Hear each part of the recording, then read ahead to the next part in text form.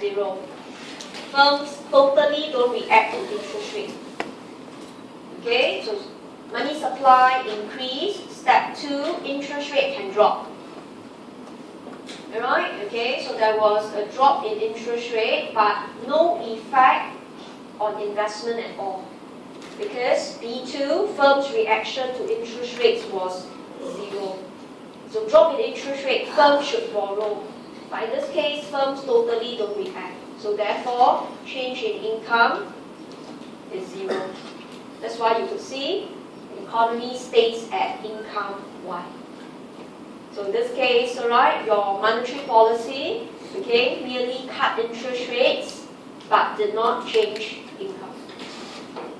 Alright, so these are extreme cases of IS which barely happen. Alright, okay, we don't have extreme cases of no firms react to interest rate. There's no such thing. Firms, no matter what, still must borrow. They are still somewhat reactive. So instead of drawing vertical, we should only just assume it's steep but not vertical. Similarly, we don't see that IS is horizontal to say that every firm is perfectly sensitive to interest rate. This is not possible because we know there are firms who need not borrow. They can issue shares, Tobin Q. Alright, they can use their past profits. So they need not look at interest rates. So to say B2 is infinite, again, impractical. But just to show you, these are the extreme cases, alright, of our IS and LM.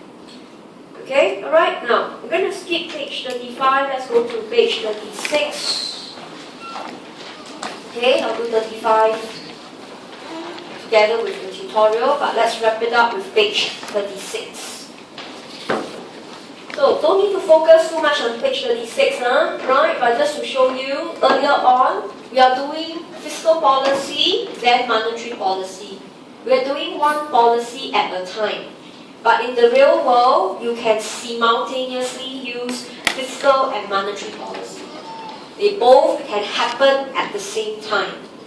Alright, so in this case, you could see, alright, if I were to use fiscal and monetary policy at the same time, it may be beneficial, right? So I'll just go through quickly this diagram, okay? Nothing much to highlight.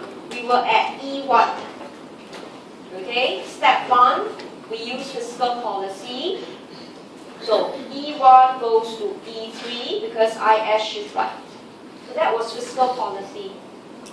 Then we know there will be crowding out. Remember, interest rate will go up. Investment will drop.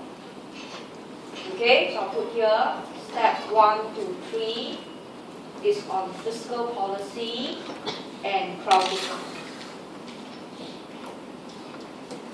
So if we were to execute fiscal policy alone, we will end up at E2. Alright, where we saw interest rate will go up, investment will drop, but income will still increase. But now, if you were to execute at E2, now if you were to execute monetary policy, so that would be our step 4. So after interest rate has gone up, government increase money supply, LM will shift down, you reach this point. So let's put the point B here. Okay, then we know, alright, with too much liquidity, interest rate will start to drop. Okay, then investment will bounce back again. Right, so in this case, interest rates will drop. So you can put an arrow down here. That was your step 5. Then investment will go up. So step 4 to 6 is monetary policy. Interest rate goes down and you remove crowding out. So examiner usually don't test this question. Alright, when will he actually test it? It was a calculation question you did just now. Alright, in part E. Part D. Government spend and government fix interest rate. This is actually this diagram. Alright, okay, so that's why I don't want you to go through the details because it will always be tested on calculation. So, Money supply increase, interest rate will drop. That was your step 5. It will revive your investment backwards. So you go back to E3. Alright, so your final equilibrium will be at E3, where income increase to Y3. Okay, so this is a policy made. So it's ideal. Okay, it's ideal, but we want to highlight. In reality, there is always poor coordination. Okay, between fiscal policy and monetary policy. Reason is very simple. Fiscal policy is used, alright, and it is actually political bias. Fiscal policy, sad to say, is actually used particularly when election is coming. It will just spend. Government will announce spending. In Singapore, they will tell you leave upgrading, more shelters, right? More subsidies for healthcare. Okay? Whereas monetary policy, alright, is more meant to control inflation. So they don't coordinate well. Because if government spend, it will trigger inflation. And if you want to control inflation, alright, you would actually contract the economy. So they will go against each other. So I don't want you to worry too much, but you could see this will be discussed in topic 8. No, topic 9 in fact. In fact, 8 and 9.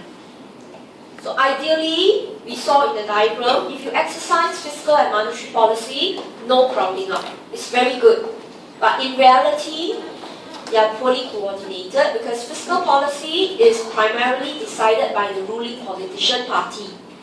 Monetary policy is by central bank, and I mentioned central bank don't belong to government per se.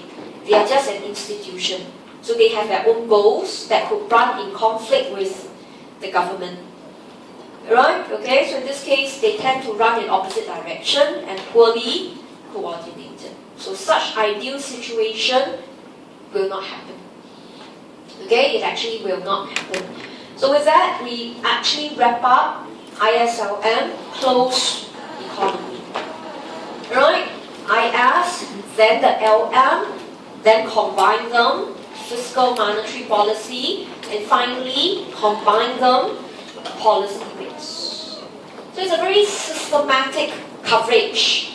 So you cannot say, oh, my mood feels like it, I suddenly study page 25. There's no such thing. Right? You must build your concept, build your analysis, try out drawing, change the slope, and then evaluate your policies. Okay? And I have to be very blunt to you. Whatever you learn in year 1, you cannot use it in year 2. Year 1, you learn ISLM more like an introduction. What is it about? In year 2, it's very intentional. It's macro. You use it to talk about what government should do. You use it to advise government on the outcome of income and interest rate. So probably in year 1 or in your bridging course, you don't care. You just shift point A go to B. How it goes about, you care. You just say A goes to B. But over for our side, you cannot. You must be very systematic. And I've demonstrated monetary policy is actually much tougher. Okay, it's actually much tougher.